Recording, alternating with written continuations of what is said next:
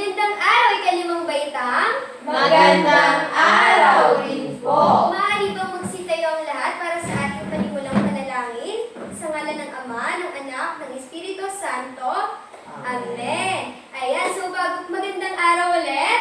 Magandang araw din po. Ayan, so bago tayo magsiupo, ay pakiayos po muna ang linya ng inyong mga bangko at pakipulot ang mga basura na nakikita ninyo sa inyong paligid. Tapos na po kaya? Opo! Ayan, maaari na tayong magsiupo. So bago tayo magsimula, magpapakilala lang po muna si teacher. So ako si Teacher Christine Ann, ang magiging guro ninyo ngayong araw. So, may lumiban ba sa ating klase?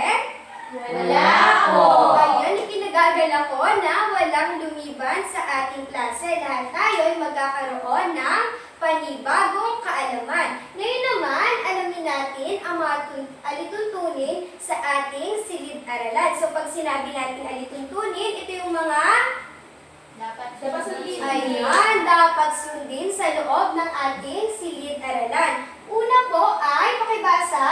Huwag maingay. Ayan, huwag maingay. So, pag hindi po kayo tinatanong ni teacher, so huwag po kayong mag-iingay o makikipag-usap sa inyong mga katabi. Ikalawa, Makinig sa guro. bakit kaya mahalagang makinig sa guro?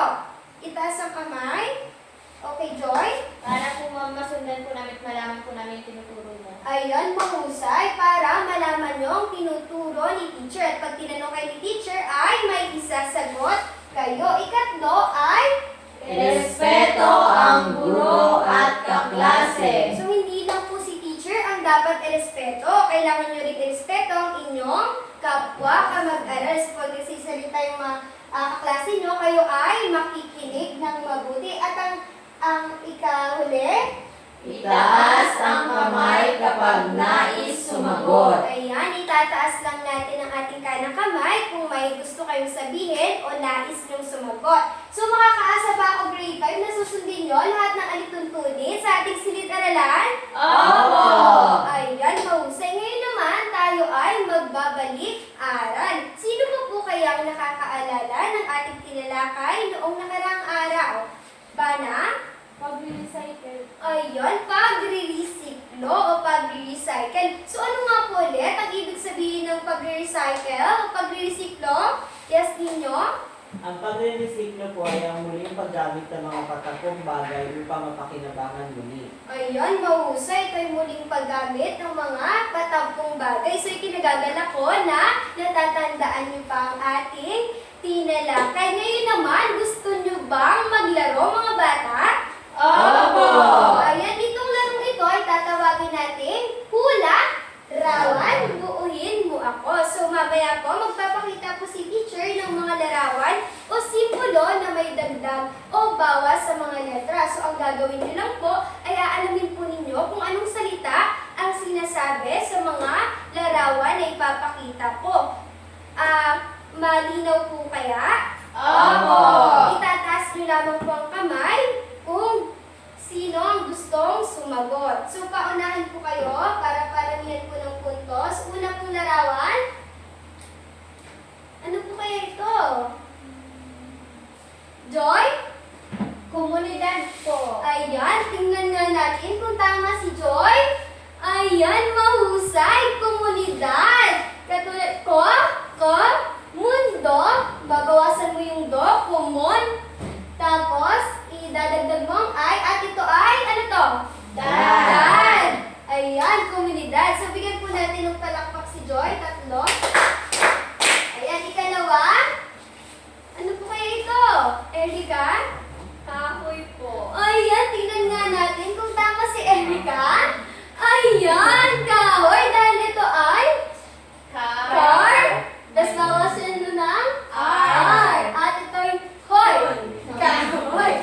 Palakpakan din po natin si Erika. Ito naman. Marlene. Metal po. Ayan, tingnan nga natin kung tama si Marlene. Ayan, metal. Dahil ito ay Meat. meat. At ito ay Tali. Ayan, mahusay. Palakpakan nga po natin si Marlene. Ito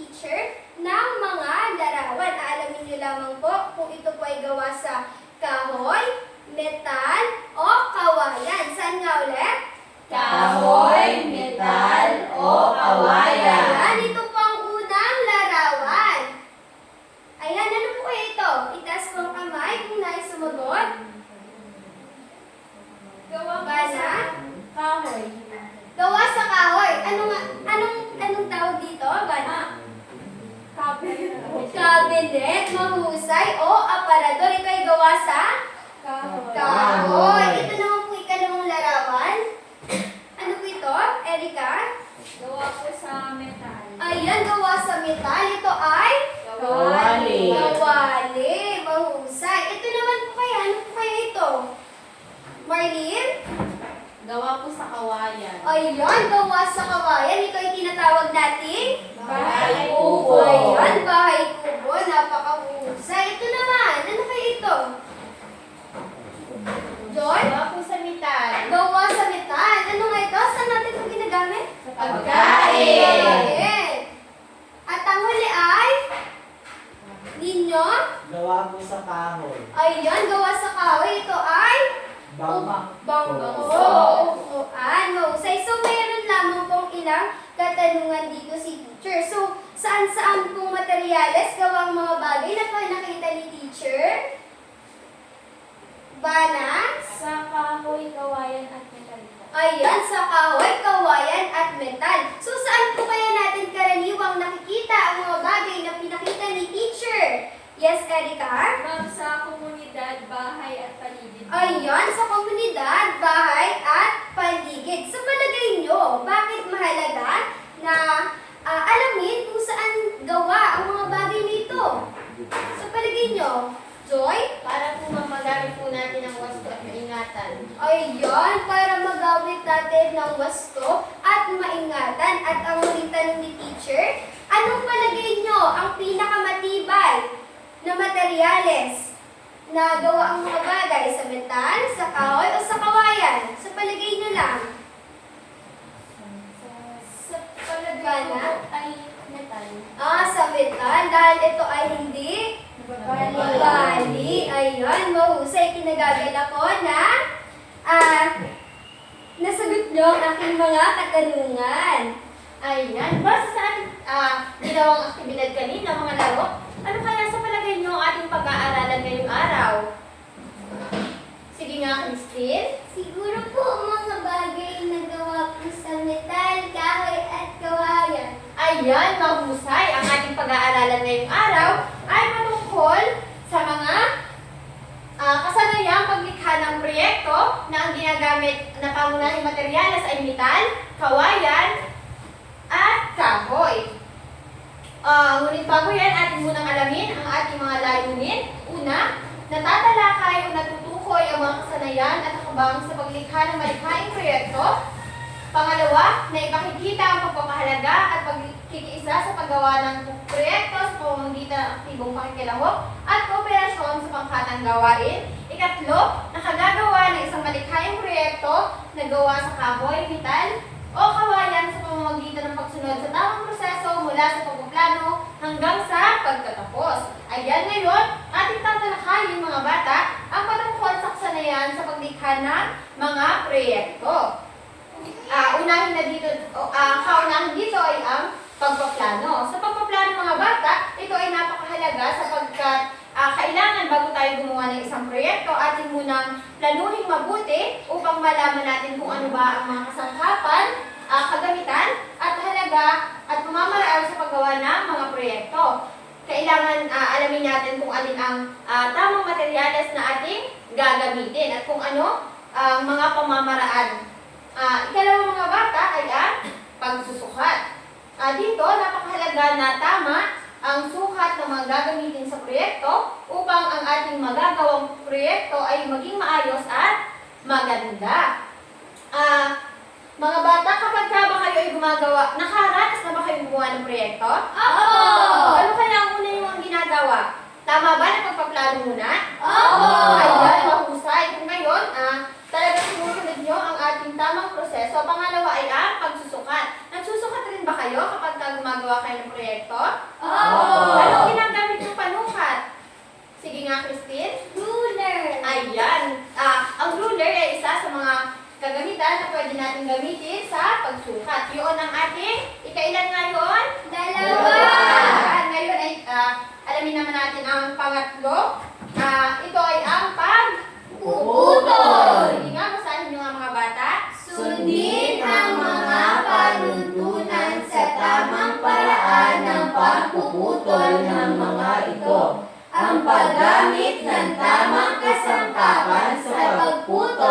ay mahalaga. Ayan. Nakaranas na ba kayo magputol ng mga bagay-bagay? Oo. Ano ginagamit yung pangputol kaya?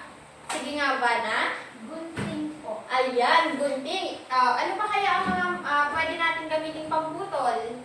Sige nga, Christine. Nakita ko po si tatay, lagari po. Lagari, ayan. Ang gunting at lagari ay mga materyales na pwede natin gamitin sa pagpuputol. At yun ay ikatlong hakbang sa paglikha ng proyekto. Ang ikaapat naman ay ang pagpapakinis. Dito mga bata, dapat kinisin natin ang mga bahagi ng proyekto na ating lilikhain upang ito ay maging kaaya-aya sa ating paningin at saka sa mga susuri nito. Isa pa, para din hindi tayo masusugatan kapag ito ay ating ginamit. Dapat kinisin natin mabuti at linisin.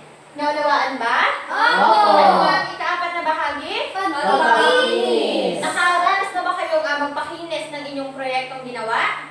Opo. Opo. Ano kayong proyektong ginawa niyo tapos pinakinis niyo? Wala pa. Wala. Ayan, sa susunod kapag gagawa kayo ng proyekto na kailangan yung pakinisin ito, yun pala ay nasa ikailang hakbang? Ayan. Ngayon naman ay ang ikalima. Sa ikalima naman mga bata ay ang Buo.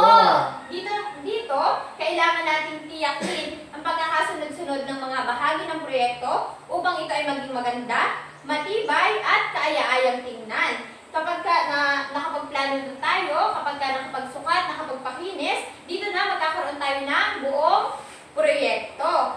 Dito, kailangan natin, sabi ko nga kanina, yung sunod-sunod na bahagi ng paggawa. Para ito ay maging maganda, malinis, matibay, at maganda sa ating paningin. At ang panghuli mga bata ay ang Pagtatapos. Dito, upang mas maging presentable at pulido ang proyekto, bukod sa pagpapakinis, maaari din natin mga batang lagyan ng barnis o pintura. Alam niyo ba ang barnis? Opo. Pintura kaya? Opo. Nakagamit na ba kayo nito? Opo. Ayan. Sino ang nakagamit na ng barnis o pintura? Ayan. Anong kulay nga ang barnis? Kung talagang alam nyo? Brown. Ayan. Orange. Eto, nakikita nyo ba yung kagamitan yan? Yan ay kinulayan ng Barnis. Isa pa, dapat din ay maging pantay-pantay ang pagpapahid nito para hindi makapal at hindi manipis, para maganda nating tingnan. Muli mga bata, ilan nga ang ating proseso sa paglikha ng proyekto? Ano nga ulit ito? Pagpaplano, pagsusukat, pagpuputol, pagpapakinis, pagbuo, at pagtatapos. Ito kaya ay magagamit nyo kapag gumawa na kayo ng proyekto. Alam nyo na kaya ang mga sunod-sunod na hakbang? Ayan. Ngayon naman, alamin natin kung ano nga ba yung mga dapat nating tandaan sa paggawa ng proyekto. Unahin na natin ay ang dapat daw natin tiyakin na nakasuot tayo ng angkop na kasuotan sa paggawa. Kung tayo ay may puputulin man o may kailangan kung maaari magsuot tayo ng gloves para hindi masugatan ang ating kamay, o kung ano man ay tamang damit. Hindi pwede ang sando at shorts. Isa pa, pwede din tayong gumamit ng mga gloves, mga ganon. Ikalawa naman ay kailangan daw nating Tiyakin na nasa maayos na kondisyon ang mga kagamitan at alam ang tamang paggamit nito. Ayan, dapat bago natin gamitin ng isang kagamitan mga bata, alamin natin kung ito ba ay hindi sira, kung ito ba ay walang kalawang o nasa maayos na kondisyon pa. Sapagkat kapag ito ay ginamit natin na sira na, maaari ito makasugat sa atin o makipinsala. Gusto niyo ba masugatan? Hindi po. Ayan, kaya ano nga ang dapat gawin? Tiyakin na nasa Maayos na kondisyon. Ayan. At saka dapat alam natin kung saan ito gagamitin. Ang gunting, halimbawa, gaya ng sinabi ni Bana kanina, ito ay Gupit. panggupit. Hindi natin ito pwedeng gamitin pampukpok o anuman. Naunawaan ba? Opo. Ayan. Sa ikatlo, kailangan daw nating sundin ang panuto sa paggawa ng proyekto. Kung ano mga bata ang tama o wastong panuto sa paggawa ng proyekto, yun ang ating susundin. Huwag nating lilibanan o lalampasan ang pagkakasunod-sunod nito para mas maging pulido at maayos ang pagkakagawa. Sa ika-4, kailangan daw natin mga bata na iwasan ang pakikipag-usap at ituon ang ating atensyon sa ginagawang proyekto. Kapag tayo ay may ginagawa, dapat doon natin ilagay ang ating buong atensyon. Baka mamaya, habang tayo ay nagugupit, tapos tayo ay nakipag-usap sa ating mga kalapit o kaklase, nagupit na pala ang ating mga kamay. Mga bata, mamaya magkakaroon tayo ng proyekto. Isang, nais mo kaya yun? Ano ang dapat yung tandaan sa ika-4 pagkagagawa na tayo? Iwasan ang pakikipag-usap at ituon ang atensyon sa ginagawang proyekto. Ayan, yan ay tatandaan nyo mamaya kapag tayo ay gumawa na ng proyekto. At ang atin namang ika-5 mga bata ay ang maging maingat sa paggamit ng matutulis o matatalas na kagamitan upang tayo ay hindi masugatan. Kapag gagamit tayo ng kutsilyo o gunting, ayusin natin ang paggamit. Ayan, ilan nga ang dapat natin tandaan sa paggawa ng proyekto? 5. Naunawaan kaya ang lahat ng ito? Opo. Ito kaya ay inyong gagamitin mamaya kapag gumawa na tayo ng proyekto? Opo. Ayan. Eto mga bata, tandaan natin na may iba pang materyales na matatagpuan sa ating mga paligid, pamayanan na maaari natin magamit sa paggawa ng proyekto. Kailangan lang natin maging mapagmasid at malikhain upang makabuo ng mga produkto na maaaring magamit o ipagbili upang pagkakitaan. Kagaya ng ating pinag-aralan nakaraan na Siklo.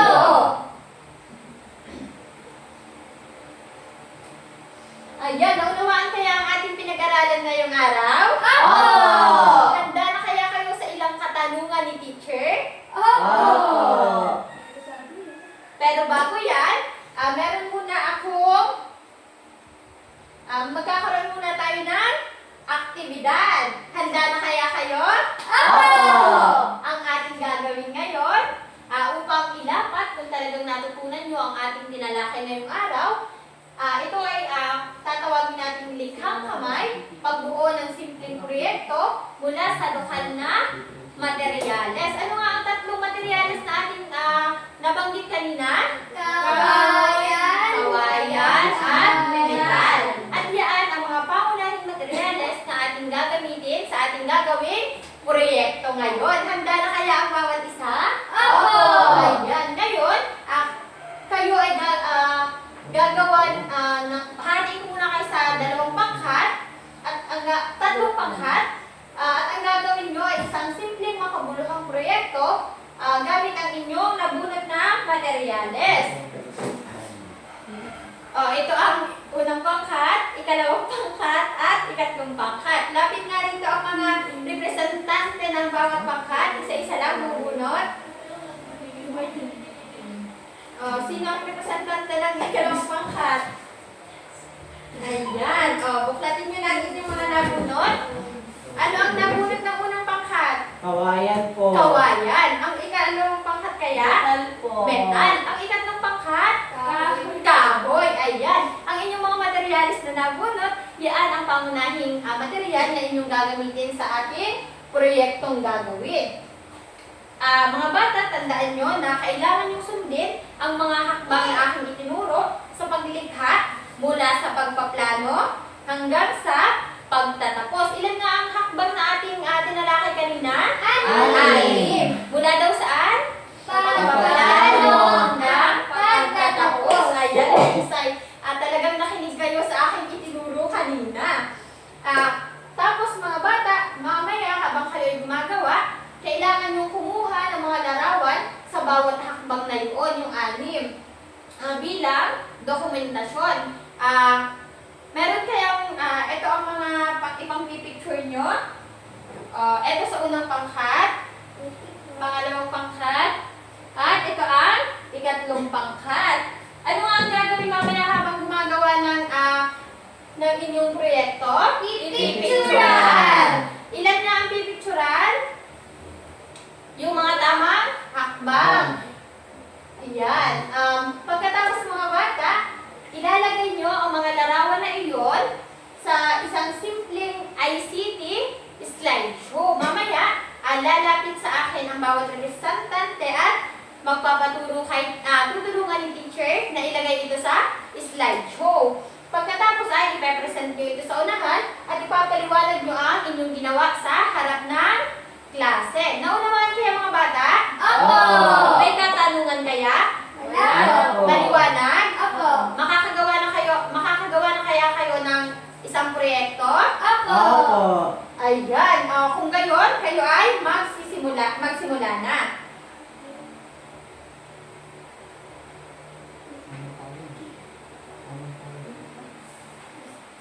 Ayan, mga bata, isa pa, dapat nyo rin palang tandaan na lahat ay dapat magkaroon ng kooperasyon at partisipasyon. Isa pa, kailangan nyo rin gamitin ng maayos at maingat ang mga kasangkapang nasa sa inyo. At ganun din, kailangan nyo sundin ang tamang proseso sa paggawa at upang maiwasan ang anumang aksidente. At siguraduhin na magiging malinis at maayos ang inyong output. Ito ang ating panuto sa pagmamarka. Una, ang inyong marka ay babatay sa tamang pagsunod sa proseso ng paggawa. Ikalawa, kailangan nyo isalang-alang ang gustong paggamit ng mga materyales. Ikatlo, kailangan aking susuriin ang kooperasyon at pagtutulungan ng bawat kasapi ng inyong pangkat. At ikaapat, kailangan bigyang kahalagahan at malinaw at maayos ang presentasyon ng output gamit ang ICT.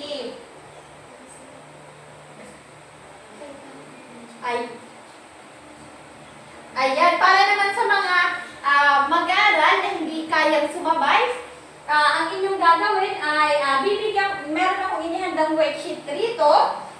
Tapos, ito ay mga larawan ng proyekto. Ang gagawin nyo lamang, kukulayan nyo ang bawat larawan ayon sa materyales. Para sa material ng kahoy, kukulayan nyo ito ng kulay brown. Para sa materyales ng metal, kulay green naman. At para naman sa kawayan, kukulayan nyo ito ng green. Ano-ano nga ulit para sa kahoy? Brown! Sa metal? Green! Sa kawayan? Green! Ayan, naunawaan kaya? Opo! Meron kayong 10 minutos sa paggawa nito. Pero bago yan, atin munang alamin ang ating panbantayan sa inyong paggawa. Una, nilalaman na tamang proseso. 5 puntos. Kung makukumpleto nyo at tama ang lahat ng hakbang, mula pagpaplano hanggang pagtatapos. 4 na puntos, may kaunting kulang ngunit tama pa rin. 3 puntos para sa may ilang mali sa proseso. 2 puntos sa hindi nasunod ang proseso. At 1 puntos sa walang malinaw na proseso. Para naman sa pagkakagamit ng tamang materyales, 5 puntos rin ang pinakamataas hanggang sa 1 puntos. At kooperasyon ng grupo, 5 puntos rin ang pinakamataas kapag nakita ko na ang bawat isa sa inyo ay nakikilahok at nakikipag-participate. At ang huli ay ang presentasyon gamit ang ICT na 5 puntos rin. Mamaya, lalapit kay teacher para magpapatulong. Naunawaan kaya ang ating pamantayan? Opo! Makukuha nyo kaya kabuang 20 puntos? Opo! Mahusay kung gayon, magsimula na sa paggawa. Ito ang mga materyales.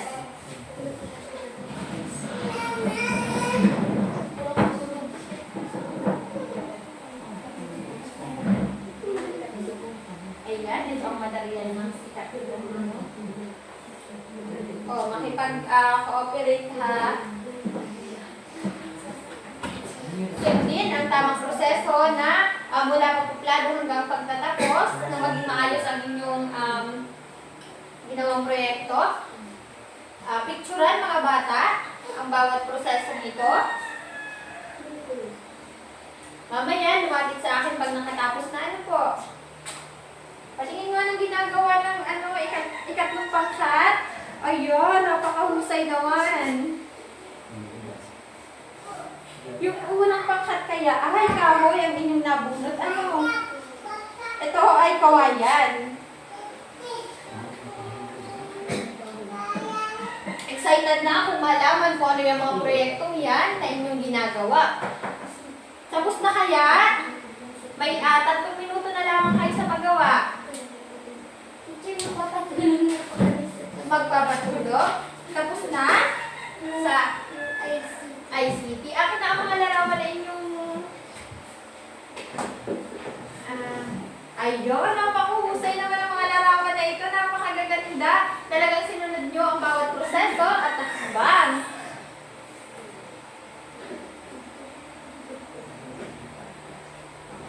Ayan. Design lang po. Anong gusto niyong design? Yan na lang po. Okay. Okay na ito? Opo. Ayan. Lapit naman dito ang ikalawang pangkat. Asan ang mga larawan? Ayan. Sige, ilagay niyo na rito. Okay. Napakahusay naman ang aking mga mag-aaral. Nasan kaya ang ikatlong pangkat? Pinangunahan ito ni Marlene.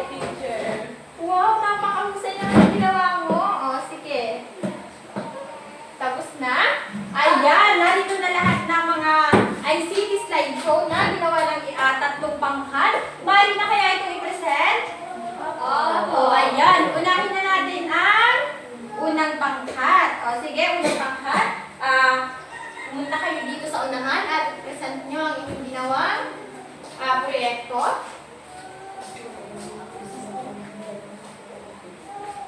Ito po ang aming proyekto sa EFPP5. Ito po ay pen holder mula sa kawayan ng pangkat una. Ang layunin po namin ay makagawa ng simpleng proyekto gamit ang kawayan. maipakita ang tamang proseso mula plano hanggang pagtapos. At magamit ang likas na materyales sa kapaki-pakinabang na paraan. At ito po ang mga kagamitan na ginamit namin. Kawayan, liha, pintura, paintbrush, lapis at marker. At ito naman po ang hakbang sa amin sa paggawa. Umilit po kami ng kawayan at pinutol sa tamang sukat. Niliha po namin ng mabuti yung gilid at pininturahan po namin yung labas. At pinatuyo po namin at nilagyan ng disenyo. Tapos gumamit po kami ng kulay green at ay mali po pala nalagay ko na. White po pala yung nalagay namin. Tapos naglagay po kami ng geometric shape po. Tapos ginawa po namin malinis yung pagpintura. Tapos, ayan po yung proseso po. Yung kawayan po, tapos yan, pen holder po. Yan, malalagyan niyo po siya na. At ito po ang kahalagahan ng aming ginawa. Nakakatulong sa pag-aayos ng gamit, eco-friendly at sapagkat mula sa kalikasan at natutunan ang tamang paggawa. At ang konklusyon po namin, ang aming proyekto ay isang pen holder mula sa kawayan. Natutunan po namin ang tamang proseso sa paggawa at napalagahan namin ang paggamit ng likas na materyales. Yun lang po. Ayan, napakahusay naman ang unang pangkat. Napakaganda ng inyong ginawang proyekto. Dahil dyan, bigyan natin sila ng 5 palakpak. Ayan. Gusto niyo bang malaman ang inyong nakuhang puntos? Opo! Ayan. Para sa unang pangkat, kayo ay nakakuha ng 20 puntos. Para naman sa ikalawang pangkat, kayo ay nakakuha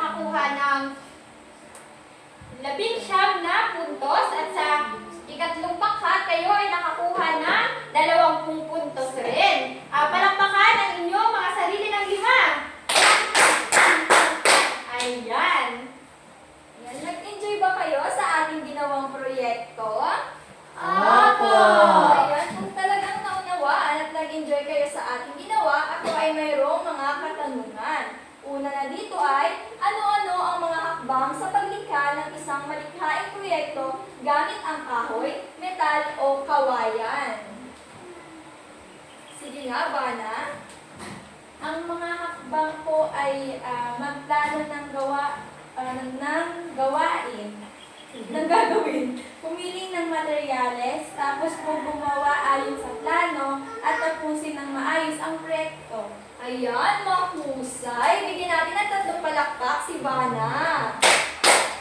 Ikalawa naman ay bakit mahalagang tandaan at sundin ang tamang proseso sa paggawa ng isang proyekto. Sige na, Marlene. Mahalaga po ang pagsunod sa tamang proseso upang maging maayos, ligtas at maganda ang kinalabasan ng proyekto. Ayan, mahusay. Bigyan din natin ng 3 palakpak si Marlene.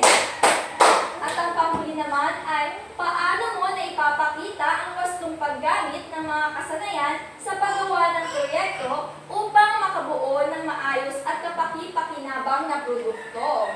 Sige nga, Lance.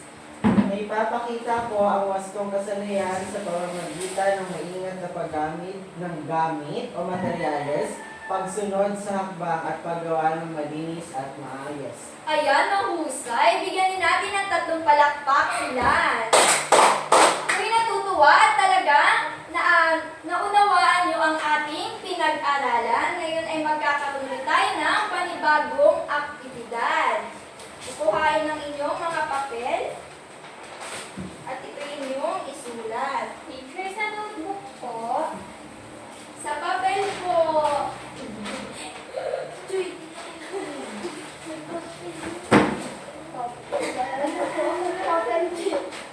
Ang ingay po ni Joy.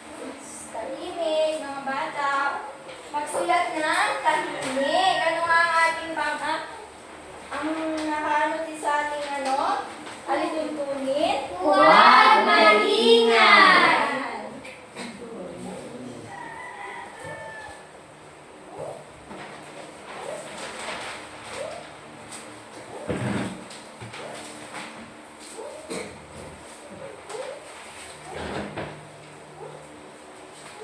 Yan, nakikita ba mga bata? Opo! Yan, maaari na kayong magsimula. Ay, bago yan, basahin na natin ang panuto. Isulat ang tamang pagkakasunod-sunod ng mga hakbang sa paggawa ng proyekto. Lagyan ng bilang 1 hanggang 6. Naunawaan po ba? Opo! Ano kaya sa ikalawa?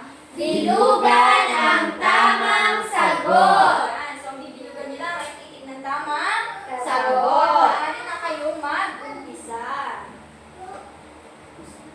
Tapos na po ba mga bata? Opo! Sino kaya ang gusto sumagot sa unang bilang? Sige nga.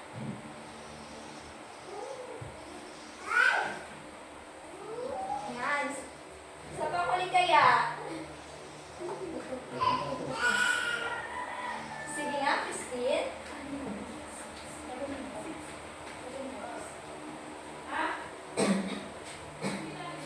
Ayan, tignan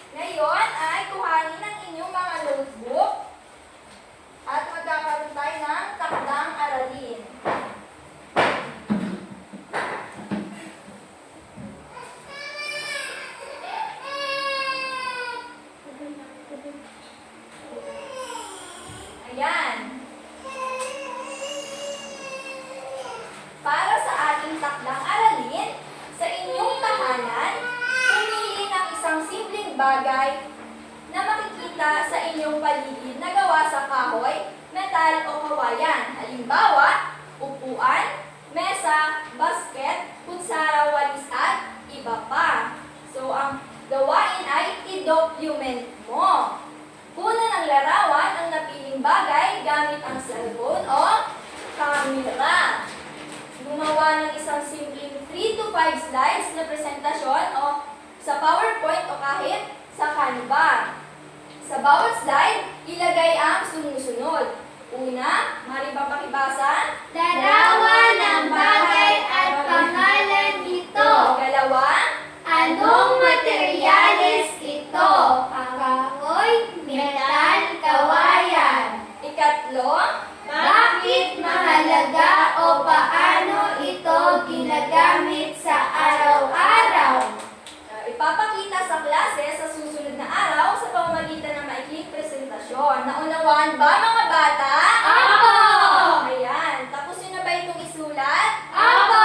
Kung gayon ay maaari na kayo, maaari na lang ilagay ang inyong mga kagamitan sa inyong bag at maaari kayo magsitayo para sa ating pangwakas na panalangin.